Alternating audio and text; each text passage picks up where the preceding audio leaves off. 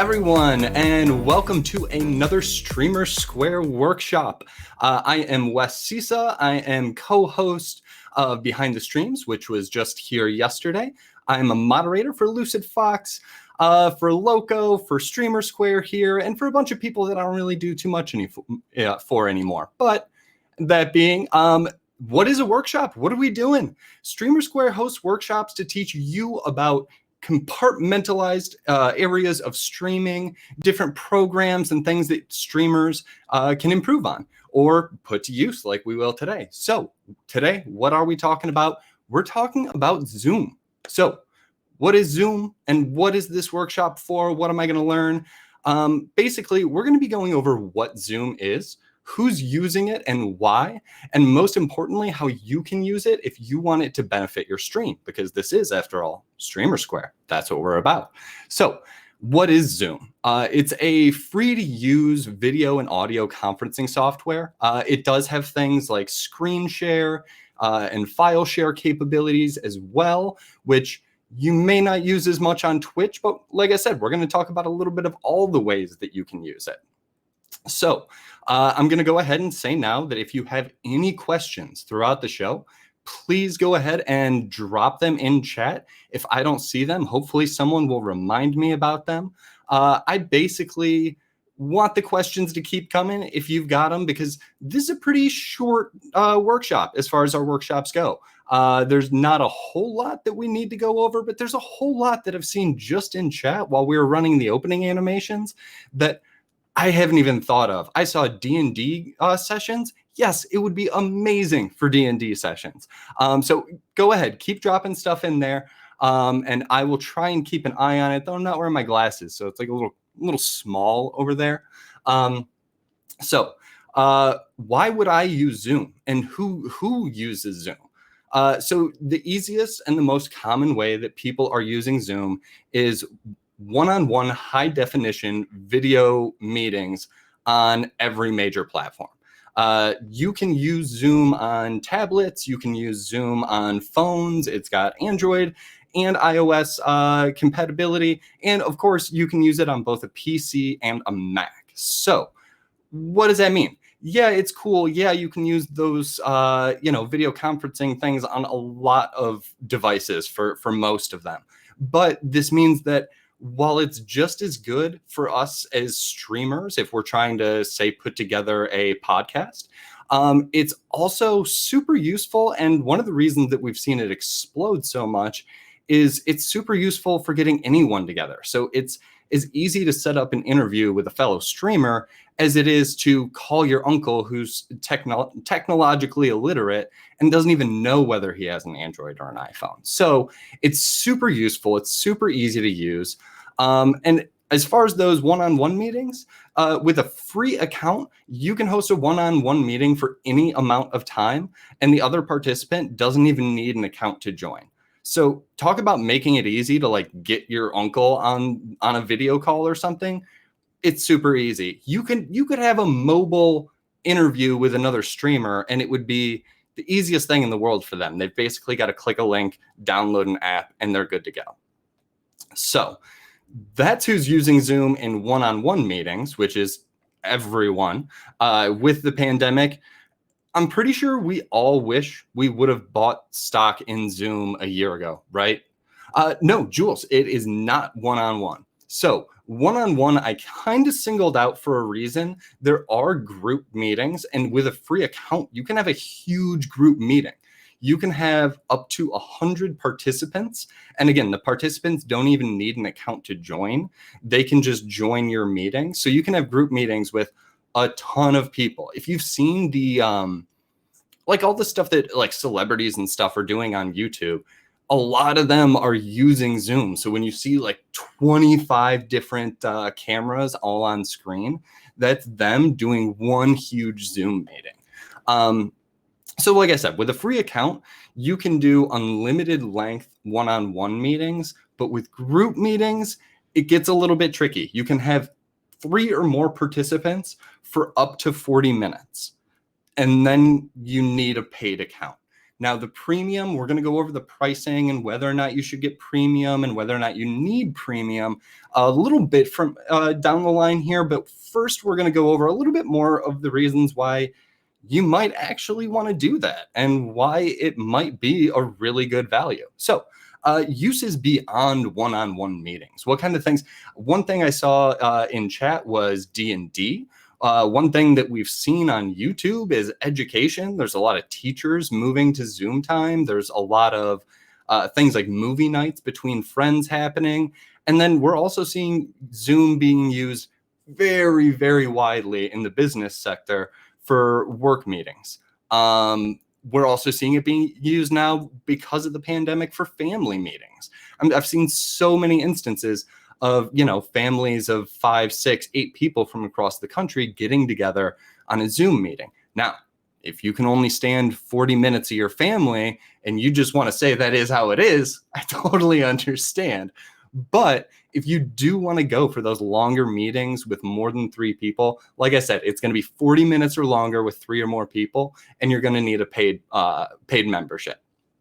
So also, if you are using it for something like work or education purposes, if you're getting together with a class that you teach, or you're getting together with your classmates to talk about homework or something like that, there are a lot of tools that are available to you that are kind of integrated with it that, again, as a Twitch streamer, you might not need that much, but I'm also kind of trying to show you that you may want the premium membership, even if you are a Twitch streamer who might not use it that much. There's a lot more that you can get out of this too. Again, I may sound super enthusiastic. This is not paid. This is not a hashtag ad. I just think it's a really good program and a really good value. So back to some of those tools that they have. If you are using it for a work or education premise, you might be using things like calendars to sync up with people. Well, it syncs up with Outlook, Gmail, or iCalendar. So anything that you're using, or most of the things that most of us are using, it syncs right up with. There's a contact list where you can have a whole list of contacts. You can have private chats with them. You can start private video calls with them through that contact list. If you're using it for something like a work purpose, or if you're using it for networking as a streamer, where as a streamer now, there's a lot of people who have Zoom accounts for whatever reason. And it could be kind of like Discord in the sense where you can realize that there's a lot more to this app that you can do that can kind of streamline your work in a way that you really didn't think. I thought of it as just like a video conferencing thing, and you can video conference and that's it. But there's a lot of organizational bits to it where if you're using it for that type of purpose, I can see how it would be super helpful. So it's also got some things that are great for meetings. They're great for work things. They're really great for educational settings. But now we're kind of bleeding into the Twitch area here because it's got things like filters, reactions, polls, hand raising, all these things that you can integrate for a lot more interactivity on the stream, or I called it a stream on accident. It's a video conference. You're talking with multiple people here. So as soon as I looked into those features, I was like, this could actually be really cool. Like, how can you use this on Twitch? There are these things like polls and hand raising, but you already kind of have that in Twitch chat. And how does this feel any different? And the reasons, I think, are that you got podcasts. Think about a podcast or we do panels on this show, or not on this show so much, on StreamerSquare, on the channel in general. We do panels all the time. We just had a huge panel with Lucid Fox on Hotfix. And you can run that entirely through or with Zoom. And until we had our amazing producer that we have right now, Morag, shout out to Morag in chat for making this a seamless transition and absolutely doing amazing with the producing. We used Zoom to run all of these panels. we actually used just Zoom and then our OBS, our open broadcaster software, and we ran the entire show through that. We're going to get into how we did that in a little bit. But you've got interviews. There are a lot of streamers now that are trying game shows. Not like it's a new thing. There have been game shows on streams all the time. But again, you can get creative with this in so many amazing ways. Beyond just panels, you've got debates, you can bring someone onto your stream who doesn't stream themselves. And there are definitely instances where I would do that. If my buddy is streaming and he's like, oh yeah, you want to be on stream, you're in voice anyway, we can start a Zoom call and literally just throw my face in the other corner in like 3 minutes. It's the easiest thing, and it's so cool. You can do I'm sorry, I need a drink of water and to catch up on my notes here. So you can do screen share with computer sounds. So you could share a YouTube video. You could share Netflix thing, although I wouldn't recommend it. Copyright disclaimer, don't do that. If it's a couple friends, you're probably okay, but don't do that. They do have a screen sharing option. It's really easy to use and it works really well, and it makes it very clear exactly what you're screen sharing and when you can end it. And for educators and for friends and for playing D&D on Zoom, I think that's an amazing option. And like I said, it works flawlessly. It's really great. But if you're using Zoom for Twitch or for streaming, and that's, what this channel is all about at the end of the day, is for Twitch and streaming, I would much advise you to just use your open broadcast software and to capture any display or screen that you want to share that way.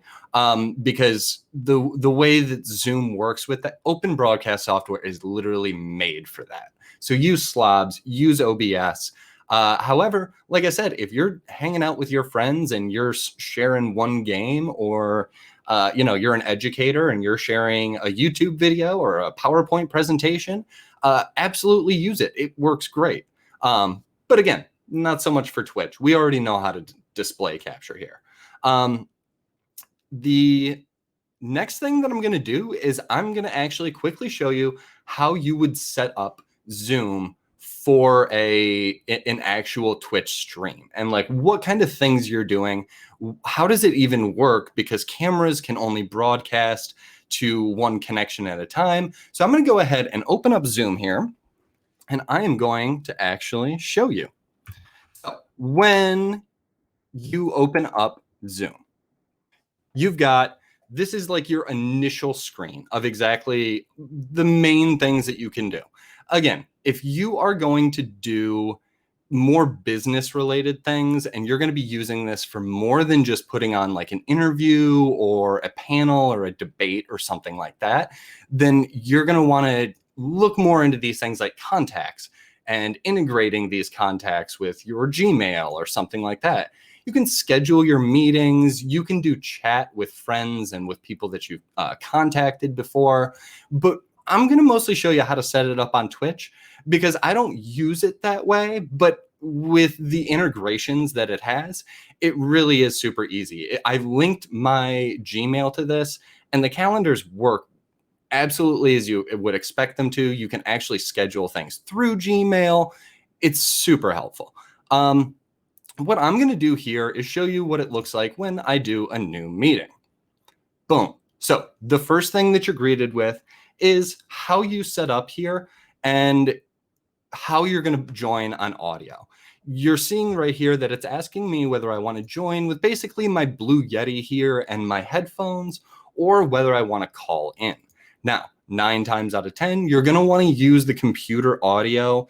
I will put a real weird addendum onto that part, is that for the longest time, we have used Zoom as far as broadcasting to Twitch goes. We have used Zoom for the video and Discord for the audio, and it syncs up perfectly.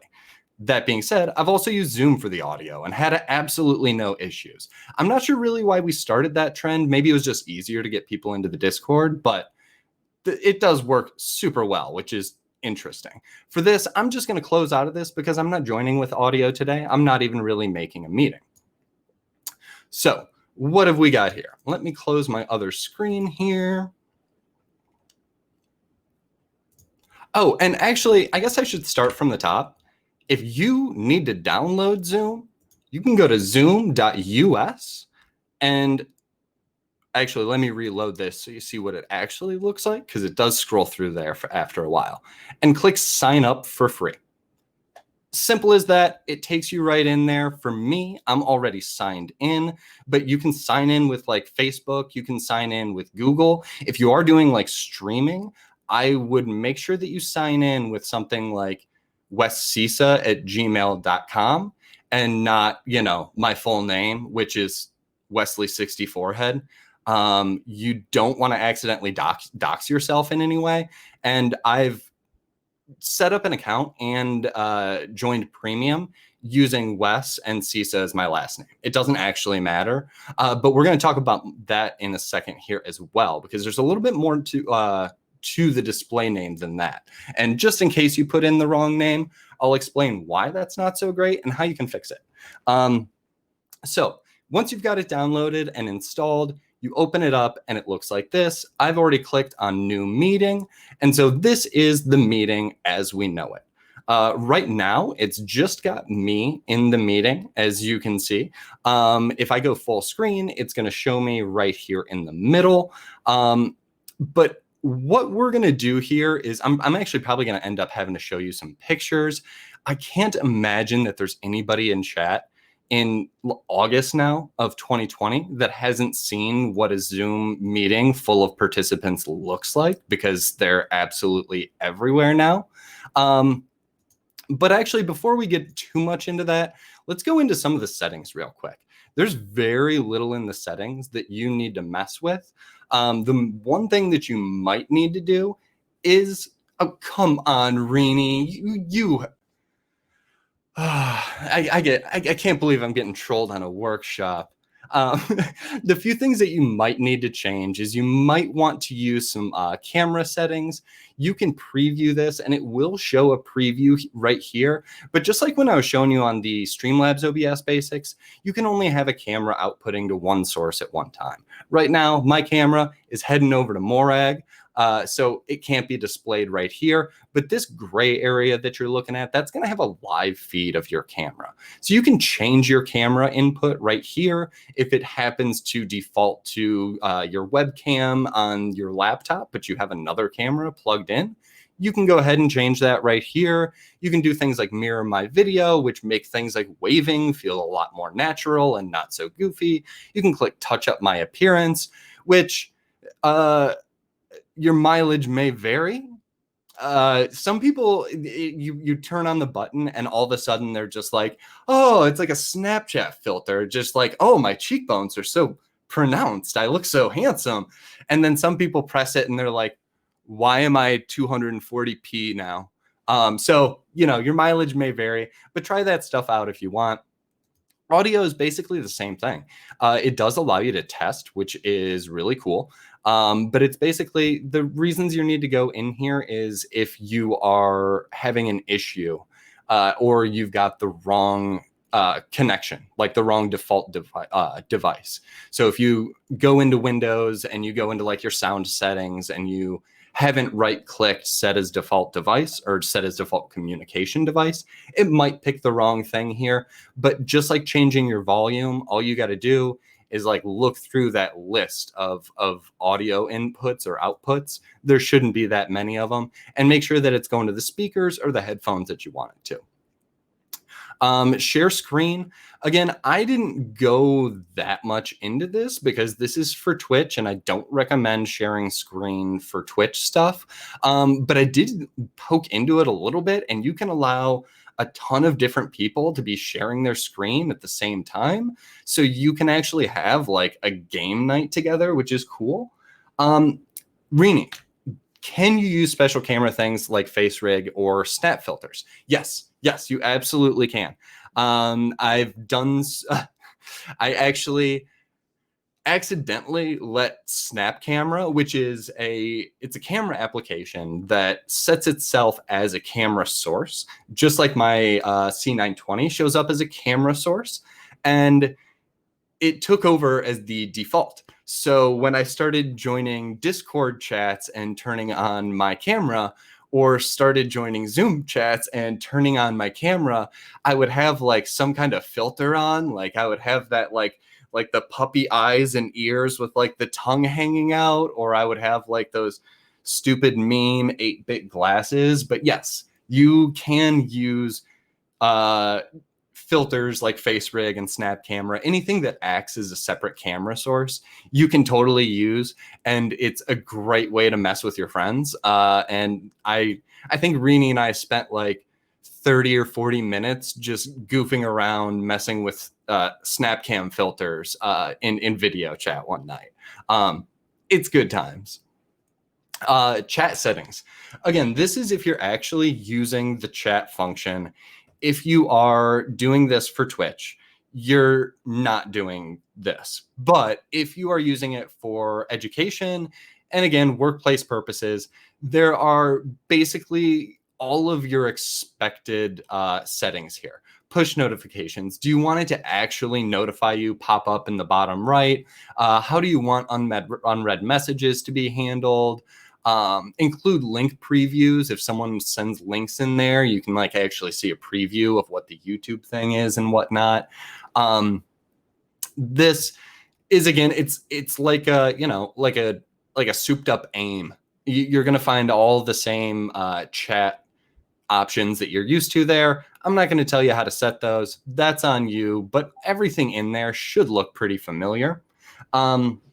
The other thing that you can do to really mess with people, which is really fun, is virtual backgrounds. So for virtual backgrounds, it basically does not require you to have a green screen, but it allows you to kind of emulate one. It guesses as best it can, and it does really well.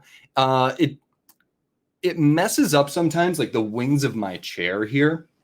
Like when I turn and it like catches a shadow or like a bit of a light, sometimes that like pokes through. But for the most part, it singles out me and my chair really well. If you want to have some fun sometime, go look up some videos of some people using some virtual backgrounds in Zoom meetings when they maybe shouldn't. Or just get in a meeting with Carly. She does that all the time. And yeah, virtual backgrounds are really cool. Like I said, it emulates a green screen. The closer you have to a flat white background, or a flat green background, I should say, the better it's going to do. But even with all of this crap that I have behind me, it does a really good job of finding me and singling me out. So if you've got a chair that isn't like a big dumb racing chair like this, and it's like sitting pretty low, you can totally mess with your coworkers and change your background to San Francisco or grass or earth. You can also you can set your virtual background as a video, a looping video. It's hilarious. I've seen okay, so this is just for memes, but I've seen people make like a background of their background and do a video of like themselves walking in, and they just play it during their meeting so that at some point themselves walks into the room next to them. It's just for memes, but you could also set your background to a big cackling fire. You could set it to a window that's snowing. So like there are actual non-meme usages for moving virtual backgrounds. But what I will say is if you are using this on stream and not just for like workplace, not just with your friends, if you're making money off of the video that you're sharing, use copyright-free images or video backgrounds. Please do not go steal stuff off the internet and just post it without permission. If somebody could do the exclamation point backgrounds, oh, it's right there and I can't read. There are several options there for you where you can find copyright or properly licensed materials. That's the way to put it, because copyright free isn't really the way to put it. But you can get the properly licensed materials there. Please don't make money off of something that you're not supposed to be making money off of. The other stuff here, the one thing I'm going to touch on is profile. You can edit my profile, which will bring up your profile in the Zoom webpage. I'm not going to open that now. You don't need to see it. It doesn't really matter for me because I've already changed my stuff to WesCisa, as I said. But I will give the warning that if you're using Zoom and you are on this page where someone can see your video, and let's say your video goes out, your webcam gets unplugged, you lose internet for a second, something kicks you out. What's going to happen is your screen is going to go black with your username right there. So if your username is first name, last name, and something happens to happen to your camera during a stream, it's going to display that momentarily. So be very wary of that. Also, if you're having guests on your stream, I always made sure to do this when we're doing like behind the streams and we've got people on who are in our Zoom call, but maybe it's their first time using Zoom. A lot of times I've had to remind them to real quickly go ahead and change that so that if something should happen to their camera, and again, it only happens if something happens to their camera really, but it's a precaution that you always want to take. You don't want to accidentally dox yourself or anyone else ever. I'm going to take a sip of water and put out a reminder that if you do have any questions, feel free to ask them in chat. This is an interactive workshop. If there's anything that I'm going over that you're confused about, or if if there's something that you've thought of that I haven't, please let me know. Share it with the chat. Thank you, Morag. So what's going to happen once you get in to this part right here? You've got your settings done. You started a new meeting. You press the new meeting button and it takes you here. Now, if you click start video, it's going to start your video. Mine's going to cannot start video on me because I'm streaming to somewhere else right now, but that's going to show your live video right here in the middle. So you want to get somebody in, you're going to go to participants and you're going to go to invite. And now you can use your contacts. You can send it through emails. You can use one of your email services that you already have. Personally, the way that I've used it the most is just a copy invite link. It copies it to your clipboard and you can send that to whoever you want. And if they don't already have Zoom, it's going to take them to a point where they can download Zoom. If they do already have Zoom, it's going to straight up just open the meeting for them. So whether they're getting that as a link in a text message, in email, they're opening it up on their messenger service in Facebook, on their tablet. Like I said, it works everywhere. And whether it's taking you directly to the website or it's leading you, or I'm sorry, yeah, to install, or it's leading you to the app to install, or it's just taking you straight into the meeting, that link is going to work for everybody. So again, it's super easy. You can talk to streamers that have never used this before and they'll be able to do it immediately. You can also probably send it to your grandpa and they're going to be able to use it immediately as well. So that's how you get someone into your meeting. They will basically join up. You let them in. They can do whatever they want on their side for their audio, and then they can start their video and boom, you're in a meeting. Now, let me go ahead and show you real quick, just in case you're one of the very rare few that has not seen one of those million Zoom meetings like this. Now, these are super crowded meetings. They've got this one's got 7 in it. That's pretty big. But when you're talking about a meeting that's just got 2 people or 3 people, it's going to split up the screen where this entire gray space is going to be taken up by those 2 or 3 cameras. So what are you going to do there? You've got these 2 or 3 cameras and you want to get them onto your stream. I'm not going to go through every single step for OBS and Streamlabs OBS. And do people still use XSplit? Is that a thing? I don't know. I'm not going to go through every single step. We do have an OBS Basics that was done by Mac and Cheese Please as another workshop that we've done previously. We also have a Streamlabs OBS Basics, which was a workshop that was done by yours truly. So if you need steps on how to add sources, how to turn a source into something that's live on your stream, and how to crop sources, how to put sources underneath overlays, I definitely suggest you check those out as well, because those are going to be more geared towards that program.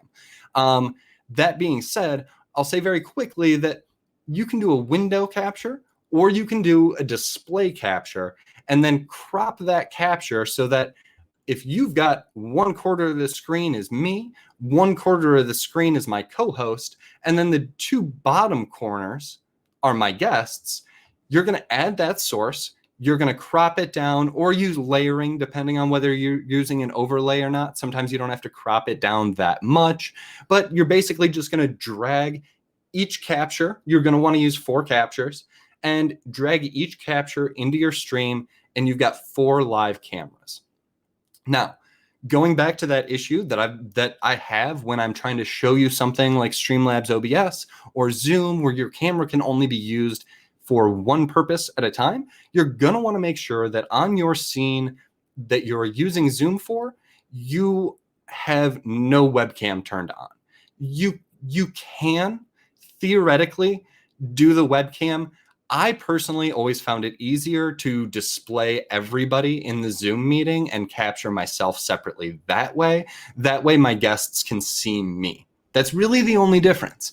If you capture the webcam as you normally would on any stream that you're running, and then you just captured your friends' faces that were in the Zoom call, it would work just fine, other than to your friends in the Zoom call, you're faceless. So they can't react to you. They can't look at you as you're talking to them, which is why if you're doing something like a panel or debate, personally, I prefer to do it by setting up a capture for each of the Zoom and having myself displayed in Zoom. But if you just want your friends displayed in Zoom, and you turn off your camera in Zoom and just use your personal camera that's connected to your every other scene, totally fine. Just kind of giving you the heads up on the pitfalls and the differences there.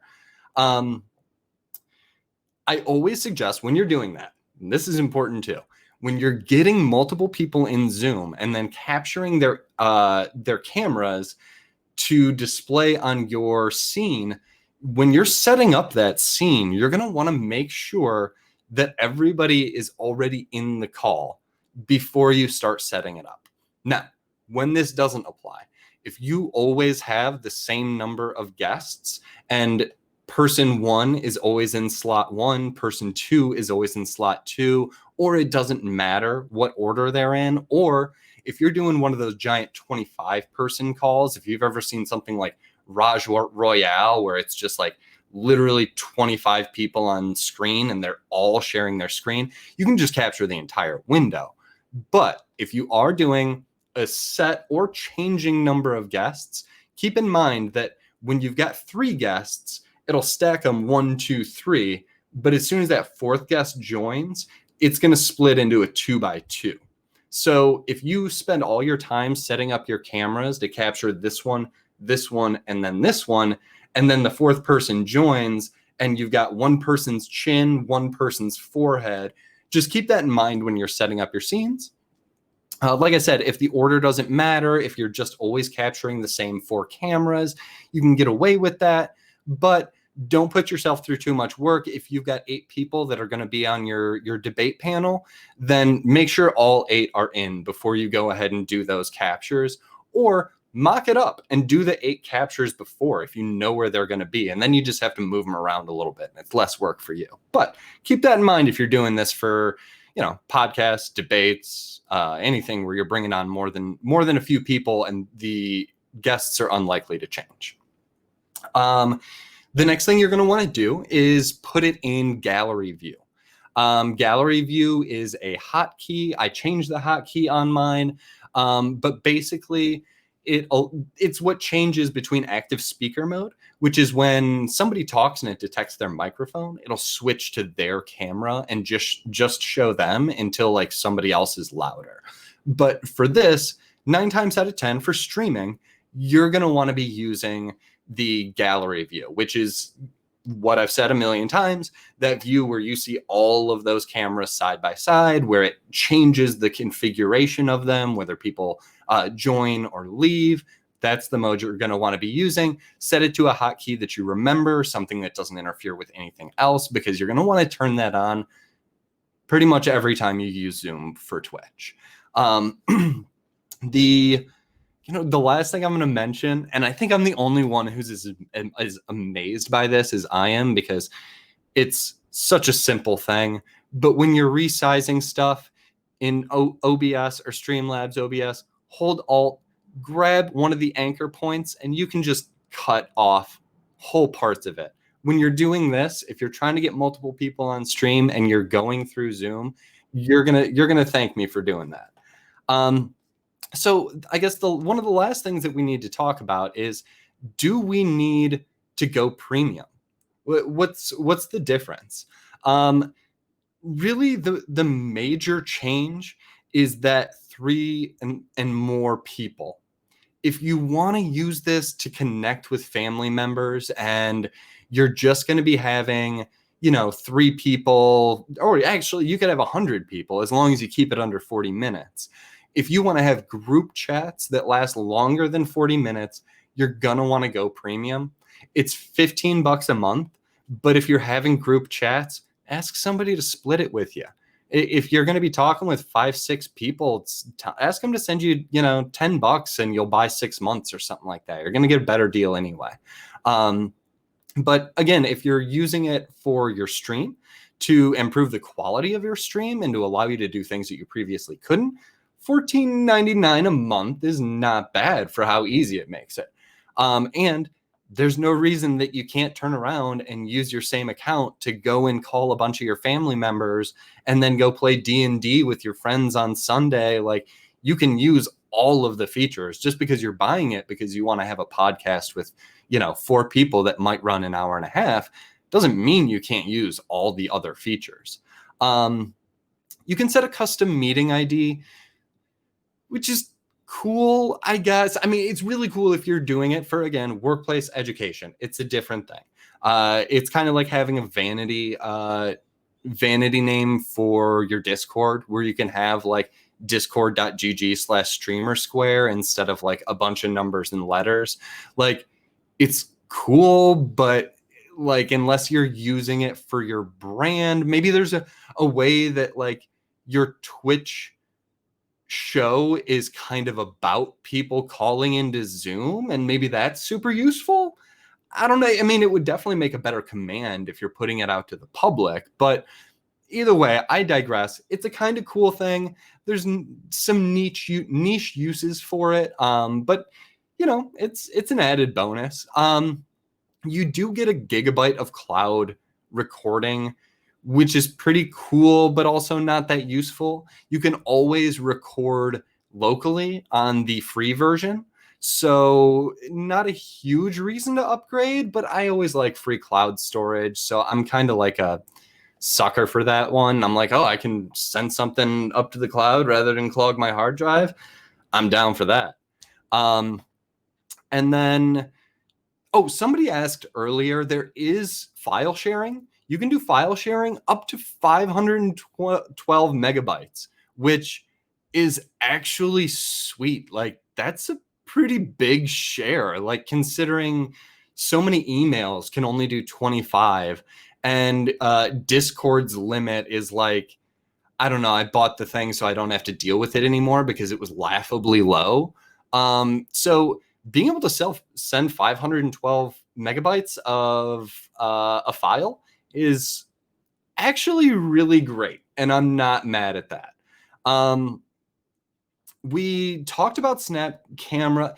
Is there, Yeah, there is no cloud. It's just another computer. I know, but it's not my computer, so I'm still happy.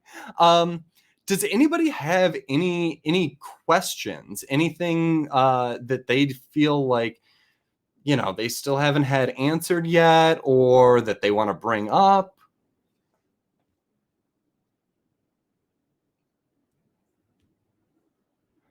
I mean, I think if that's that, then we do have. Are there keys? Yes, there are a lot of hotkeys that you can set up. I didn't even go into the hotkeys menu, but if you want to dig into it, I mean, I can show it to you real quick. That was like the one that I skipped. I didn't think that many people would be that interested into it, but yeah, there are a ton of hotkeys that you can set up. So you can have a lot of control just with like a few keyboard shortcuts. Um, would be the benefit over Zoom as opposed to Discord? I think Zoom has really high quality, especially for video. I don't think that Discord has quite the video, especially if you don't have like even in some of the higher tier servers that like get the boosting and get some of that like transcoding benefits.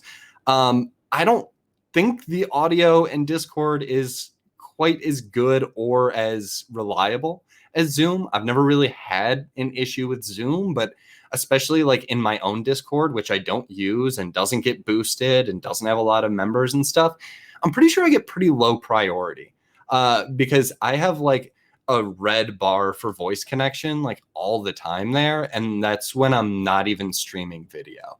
Um, but if you've been watching StreamerSquare for a long time, like I said, until recently, everything that you've seen and all the high quality cameras and stuff is all going through Zoom.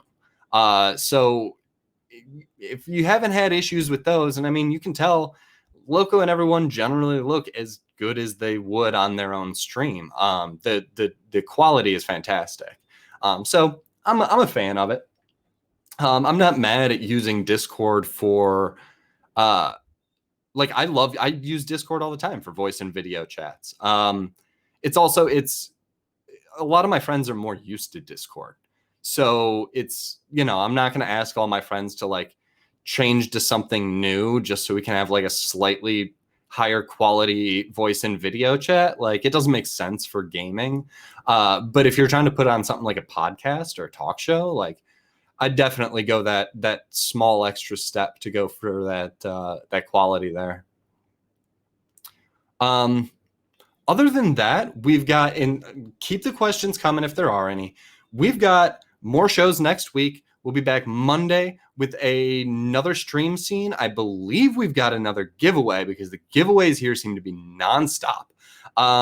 We have 5 shows every week, and we have a workshop every week. So make sure you're following us on Twitter. Make sure that you've joined the Discord. Those are the 2 best ways to keep up with all the shows and all the cool stuff that we've got going on here. If you want to find me anywhere, I'm WesCisa. I moderate for Lucid Fox, Loco, and right here at StreamerSquare. You can find me at Twitch and Twitter under the same name, but I don't do much on either of those except like lurk. So that's up to you. Other than that, I think I plugged all the things that I need to plug. Everyone, have a great night. Thanks for stopping by, and we'll see you next week.